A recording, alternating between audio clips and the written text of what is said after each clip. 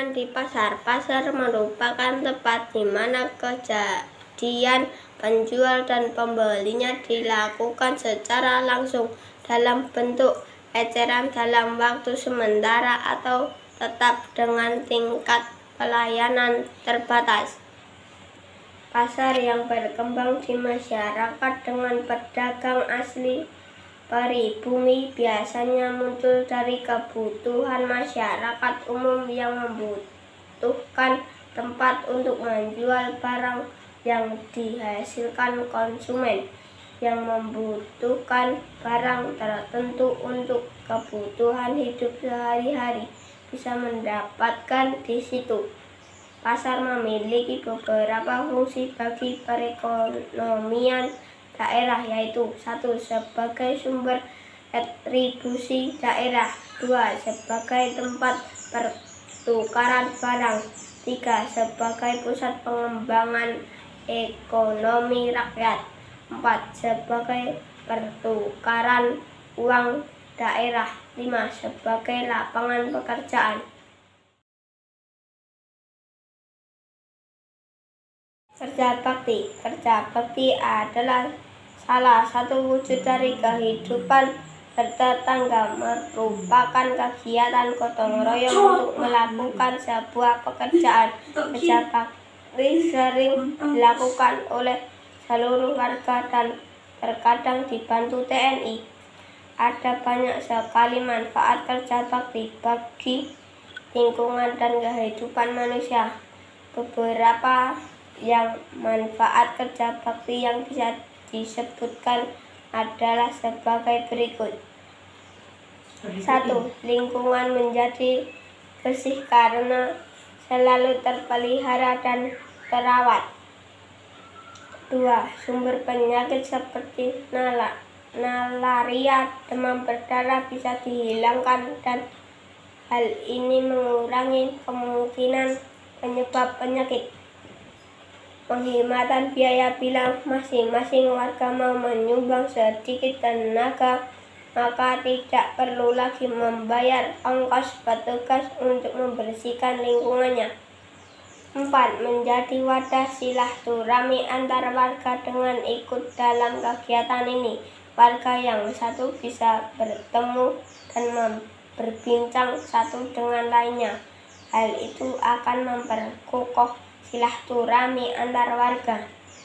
5. Membuat lingkungan menjadi nyaman dan indah dengan tidak adanya ilalang tanaman tertata dengan baik, maka sebuah lingkungan akan menjadi enak dilihat dan nyaman untuk ditinggali.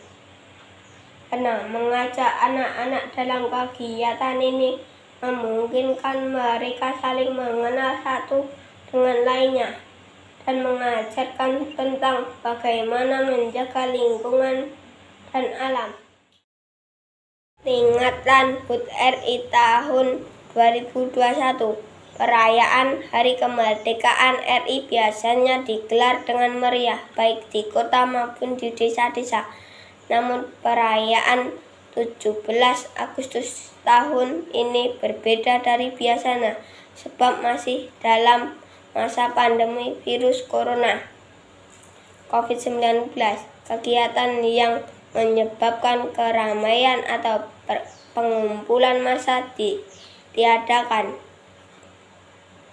Upacara bendera, lomba-lomba, dan juga malam tirakatan menjelang 17 Agustus. Berikut ini beberapa hal yang berbeda pada perayaan hari ulang tahun HUT RI ke-75 Kemerdekaan Republik Indonesia di masa pandemi virus corona ini.